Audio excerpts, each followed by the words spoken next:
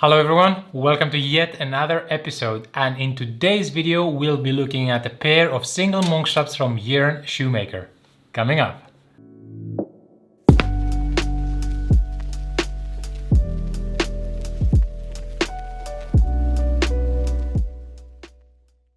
Hello my friends, I hope all of you have been well and having a really nice 2022 so far. Mine is going pretty well, and as you can see we're back with, guess what? Another shoe review and another new brand that I have only heard good things about. So in today's video we'll be discussing about and reviewing Yearn Shoemaker, which is a brand that makes genuinely handmade shoes for a fairly good price in China, from Chengdu. And they are known internationally as Yearn Shoemaker, but the first time that they were introduced to me through my good friend Fu Pei, who owns the Chinese Fu Pei blog, which is the largest for dress shoes in China, they were called slim shoes. But for all of you that will probably be looking at this video, you will hear about them as Yearn Shoemaker. And we had a few discussions with one of the founders, who's called Tim, and he kindly provided this pair in exchange for just a review on the blog as well as a video review. There is no monetary compensation, just another pair of shoes that I can talk about with you.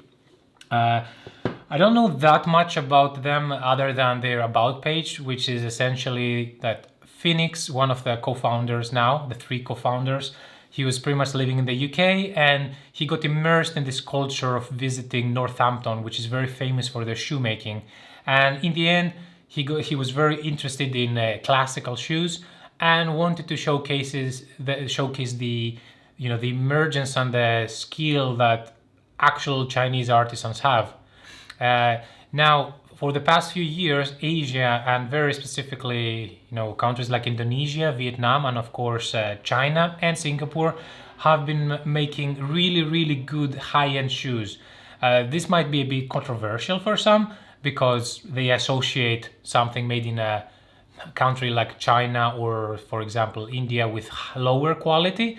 However, those are fast fashion things. When you look at a small, lean workshop that focuses on all the traditional methods, they can create amazing things, such as you see from Misiu, hopefully Yearn as well, and of course Acme Shoemaker.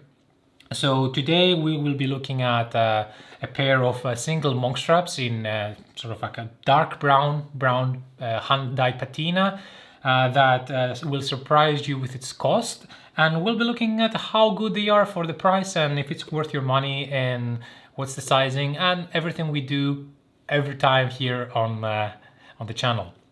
So before we get into it, I should already talk to you about the price a bit and at least the ranges, because Yearn Shoemaker has sort of three ranges. I would call it more 2.5. First of all, it's their ready-to-wear sort of small stock models or models that are produced with a very small lead time. And those you will find for about $399 all the way up to $419. Now, then you get the next tier where you can choose pretty much a made-to-order pair, and you can choose any model that they have on the website and customize it, or anything you might see on their social media, Instagram, etc. And that comes like this model, which is a made-to-order, with a $50 upcharge, which is still pretty good for a shoe that is genuinely handmade, hand-welted, hand-lasted, and hand-sewn outsoles. And the last tier is the most expensive one, which you would call Premium made-to-order. And it starts from about $1,000, if I'm not wrong, and it's pretty much the same shoe, so genuinely handmade. You can customize it much more, but it also has the most, it doesn't cut any corners. So it will have a leather heel stack, it will have, leather reinforcement on the heel as well as the front and the toe, and a more beveled, chiseled waist. So pretty much the best that you can buy. Today, so we'll be looking at the made-to-order simple system for about $470 all the way up to $500 maybe, I suppose. So let's get going. Let's go with a close-up, and after that I will tell you all my thoughts, show you the fit and my feedback. Let's go. All right, friends, it's time for the moment of truth. We're gonna start a close-up by taking a very quick look at the box, because it's one of the criticisms that I have, at least for my pairs of shoes received. And though it came really fast from China with DHL Express, the box as you see it right now, it just came into this plastic, DHL wrapper without any protection underneath or in between them. So inside there was just this box. Now the problem that happens when a courier transports something from the other side of the world is that the box is ruined or can be ruined. As you can see, the box is in really, really rough shape. Not only underneath, but also you can see that it's been pretty bad shape overall. Also here. The good part is that the shoes arrived intact. They were inside their shoe bags, and at least it was protected very well inside. But it's still something that is a bit of a criticism or a constructive feedback for the future. Now, I don't know if this happened in my pair exactly, because it was a review pair. So if you have any different experience, let me know. Other than that, let's put this at the side. Inside you get this really nice green textured wrapper with inside also some foam, quite thick foam actually, separator, and some really, really nice shoe bags with a more tweed feel to them, and a really nice herringbone pattern in this sort of light mid-brown color. Very nice. The only thing that I could say is that these particular strings that come at the top to close up, they can get inside their little holes here, and you can pretty much lose one of them inside. If you have trousers or running pants and things like this, you will probably know what I'm talking about. Or hoodies. Very nice, pretty big shoe bags, as you can see. They can fit your shoes pretty well. I really like them. There's nothing else in the box, at least, so it's a nice minimalist experience. The shoe bags are the best part, but like I said, there is some criticism or feedback about the actual box and shipping.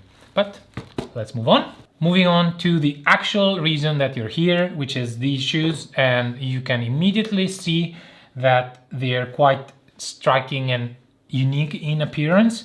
But as always, let's begin with what they actually are.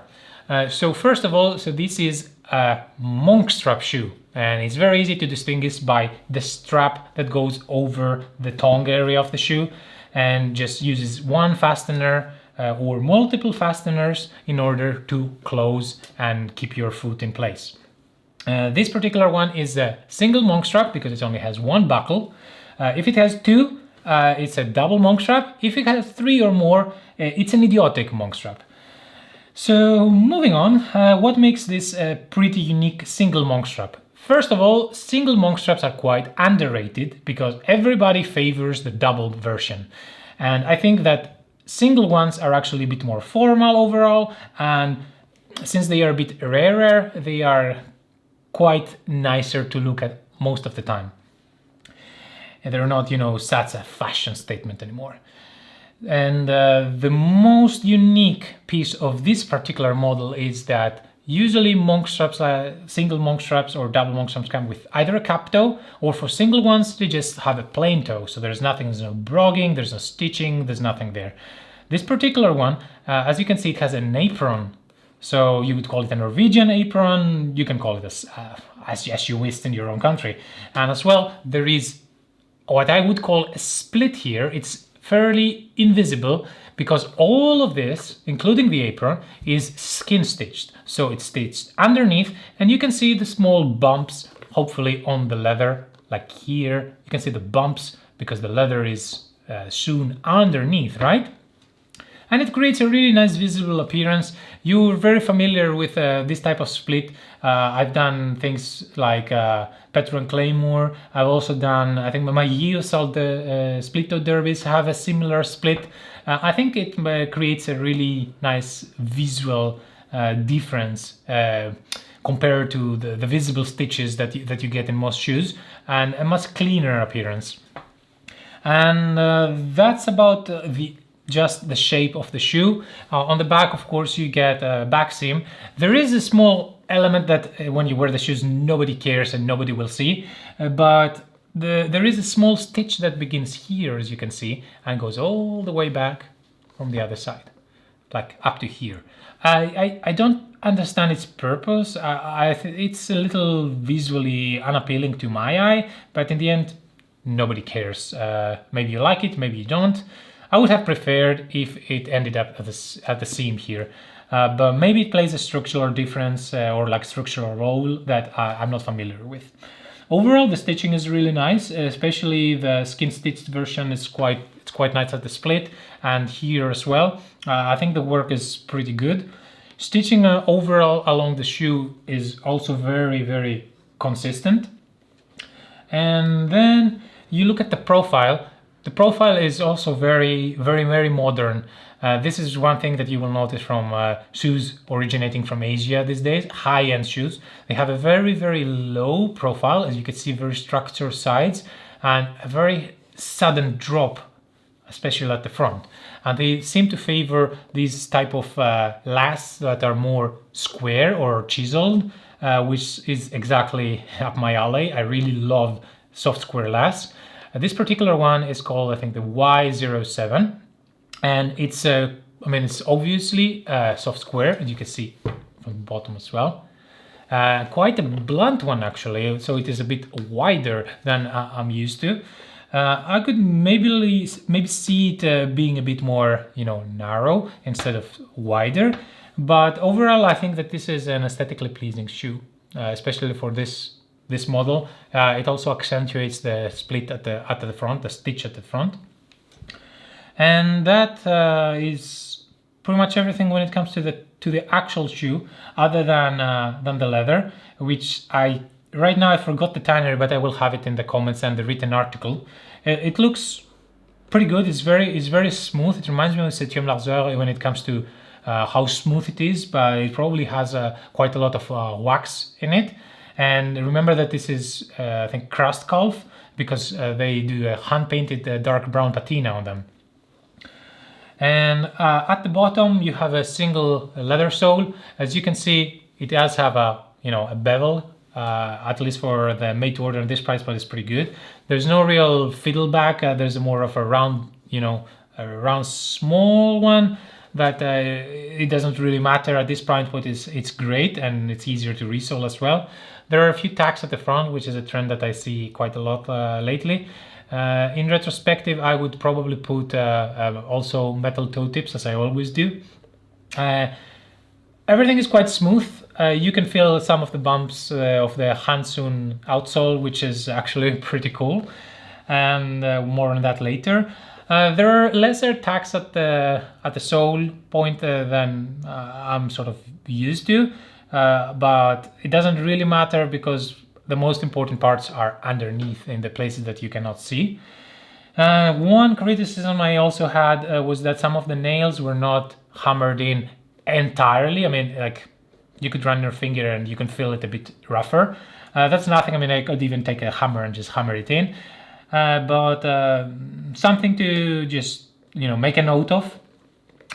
Also, the back, if you're like really looking for a really, really tight heel, this is not the tightest I've seen. You can see here that there is some space. I'm pretty sure that if you ask them that, hey, I want a tighter heel or a Cuban heel or something like this, they could accommodate it, at least on the higher end MTO. And I really also like the color. As you can see, there is sun coming in from my window right now, so it reflects on the leather and it creates different rich colors, which is pretty nice. As far as the actual welt, looks pretty good. High density SPI. I think for the high-end range, they do at least 12 stitches per inch, which is pretty phenomenal. And the really, really interesting part about this shoe and its cost is that it's generally handmade, as I mentioned before. So this is a shoe that is hand welted, so welted by hand, hand lasted, lasted by hand, and it also has hand stitched outsoles, and that actually takes a lot of time. which is the brand. I think it's probably Vosh Budapest that does something for similar price points. It's quite rare, and I can't show you inside, but if you actually look inside under, in the front of the half insole, you can see the small bumps that show you that this is a hand-welted shoe. The lining has this sort of, like a black or dark color, which I really like because it matches the aesthetic and it's not the usual, tan or orange lining. I think it creates a nicer view when you just have the shoes just lying there, as you can see here.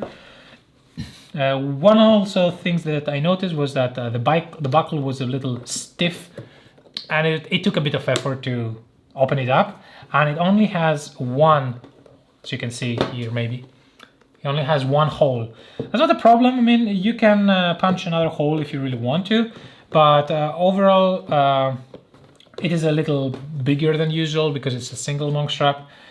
The only thing that you will hear me mention later is that the buckle was creating a bit of squeaking because of friction between the tongue and the strap. But I think that will go with time or some conditioning. I think that's everything I had to say. Overall, the quality seems pretty good. We'll see how they end up being. They came with a really nice overall shine. And other than the box, it has been a pretty good experience. So you can see that even from the top they look pretty nice. Their profile is also really nice, and it's quite a flexible pair that due to the color and the design you can wear with a slightly more casual, even business shoot. But I think they would look pretty well if you want to dress up even a pair of jeans. Even some might disagree. And as you can see with the things I'm wearing right now, the aesthetics, they match pretty well.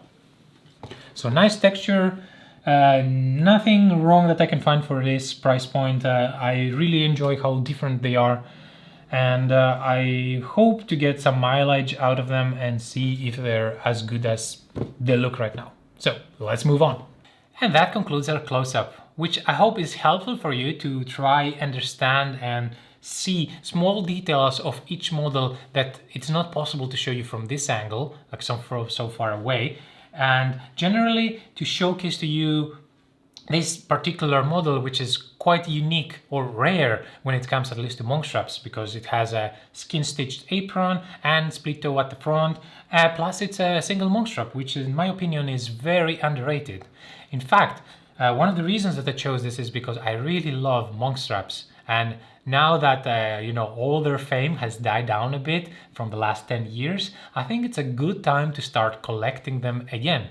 And since I do have double monk straps, but never had any single ones, this was the perfect choice to fill in this gap in my wardrobe. Which leads me to a quick talk about availability. Because Yearn Shoemaker is rather new in the international scene, they just released their website, at least at the time of filming, about a couple of months ago. So I think it was December 2021 or so. They have their own website now, which I will link, and it's simple, it's functional, it's quick, and I think you should not have a problem using it or finding the information that you need. Then, as far as I know, there is also Afterthoughts London, which is a shop, at least online, that partners with different brands and also is an official retailer of Yearn Shoemaker. So I will leave both the descriptions down below. And please correct me if I'm wrong or you find something else as well. And we already discussed the pricing, which for this model it should be $469 if I'm not wrong. And this is a simple made to order with a $50 upcharge.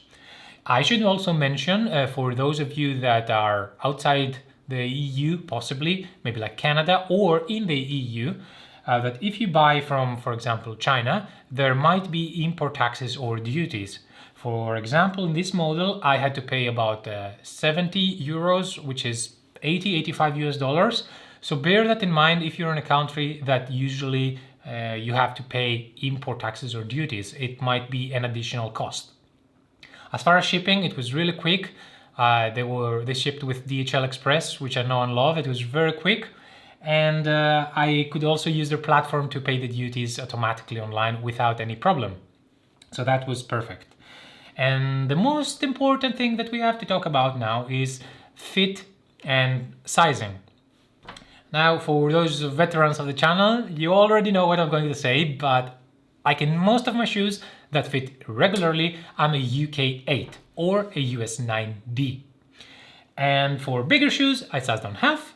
Narrower shoes, I go up half a size. So after I discussed with Tim my sizing, he recommended, at least on this particular model, on this particular last, size UK 8, which is sort of like a regular width. It is more chiseled, soft square toe. And I am happy to say that, at least in this particular model and this particular style of shoe, it fits me quite true to size. There is enough space at the front, which is good. I didn't get any heel slip when walking around for the first time. And there was not too much pressure on my instep, which is often a problematic area for me. My feet are a bit irregular, like most people's are. So my right foot is a bit more wide, you would say. And I did get a little bit more pressure on the smaller toe here at the side, which was not an issue. It was not, too much pressure. It was not painful, but it did feel my toe just touching the wall of the shoe. There might be a little bit, stretching happening later, but I will update if I have more findings. In my opinion, due to the shape of the shoe and a slightly more blunt toe box at the front, I would say that this particular model should fit you and should fit you quite true to size. And I would again take a UK 8 or a US 9D in shoes like Allen Edmonds if you are from the North Americas. Of course, always remember to reach out to your retailer and ask for sizing advice, because they should be able to give you the most accurate advice based on what you wear. And that concludes fit and sizing. And there is, however, one topic that I would like to mention. It is a bit maybe harder to show, but it is in a way similar to the infamous Lethato review that I did last year.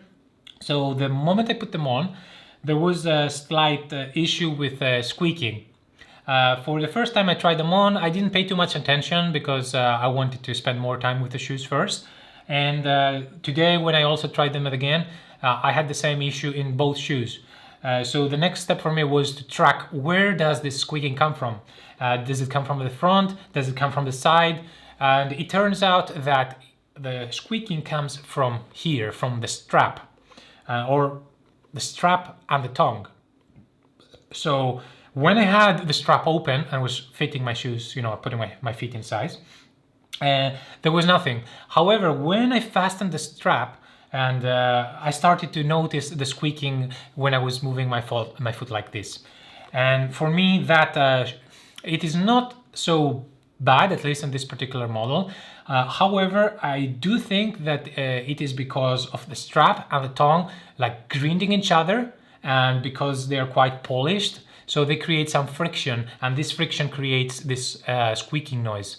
So what am I going to do is to try them on a bit more to see if the leather softens and it naturally goes. And then my next step would be to apply some conditioner to smoothen the leather and generally not have so much friction when it comes to the shoes. And that's about the fit. Overall, what can I tell you, at least for this very particular pricing segment, which is very, very competitive, these shoes and this shoemaker reminds me sort of what EOSAL is trying to do, which is disruptive in a very good way because of the pricing and what they offer and the whole made-to-order customization. I think that it's a pretty good shoe. I think they have a few things to iron out, such as the box and well, the whole shipping, and maybe testing out a few more models to see if there are any small things that they could adjust, such as the squeaking that I mentioned. But overall, the feet, their lasts are a bit more, they're unique. They're not, run-of-the-mill soft square last. For example, this has a very slim, low profile, which reminds me of Italy a lot, and specifically Norman Villalta or Stefano Bemer. It's a bit more blunt on the front. And overall, I mean, you get all the nice, good details that you get from higher end shoes for a very fair price point. It might be difficult for me to just recommend them, hey, don't take, I don't know, TLB Mallorca Artista, or don't take Carmina, and take these until I try them more. But it's definitely a very good alternative and a very good value because of all the handmade elements. I mean, this is offering sort of Vash Budapest quality with more modern aesthetics. So if that's what you're looking for, if you're looking for more modern aesthetics and generally the customization, availability and potential, then this is a great shoe. And I think it's worth trying them out. For me, so far, I'm very happy with these. I hope the squeaking thing disappears. My other friends that already have tried their shoes, different models, they don't have any squeaking and they're very happy with them. So overall, I think that with some slight adjustments and taking some criticism and feedback, which they were so far very happy to, and that's very critical in this industry, to receive feedback, proper feedback, and improve, that they can create something great. And one day I hope that I can check their very high-end premium made to order to tell you the differences and the feel, and if it's really worth the price. And that's about it. I think that I've covered everything, and I'm very excited to try them in the real life. This was something that was lacking in my wardrobe, and actually for the first time in a while, I have something that is a pretty muted conservative color, a dark brown. And this is the type of shoe that will fit everything you pretty much have in your wardrobe, apart from maybe dark charcoal. As you can see, even with such clothes, such colors, denim, khakis, olives, and all navies, all shades of blue, even some pastel colors, dark brown is usually the way to go if you're not sure what to wear. Just avoid black and dark gray, and you'll be very, very happy. And that concludes, I think, our review, which was, as always, quite extensive. I hope you really liked it. Let me know if there is something that you would like to see more or improve. I'm trying my best every time, with the time that I have at least. And of course, this is the time where I tell you that if you're new to the channel, or if you're old and you're just watching, I would really, really appreciate it if you hit the subscribe button and the notifications bell, leave a thumbs up, leave a comment, good or bad, with criticism, feedback, and generally your thoughts, or if you would like to try and what would you like to try from Yearn Shoemaker. And I thank you very, very much for watching. I wish you a very good day or night, depending on where you are in the world. And I'll see you in the next video. But before, you know what's coming. We have a bad dad joke of the week. When I was young, my mother told me I could be anyone I wanted to be in the world. Well, that was pretty bad advice, because it turns out that being an identity thief is a crime. It's my favorite part of the video.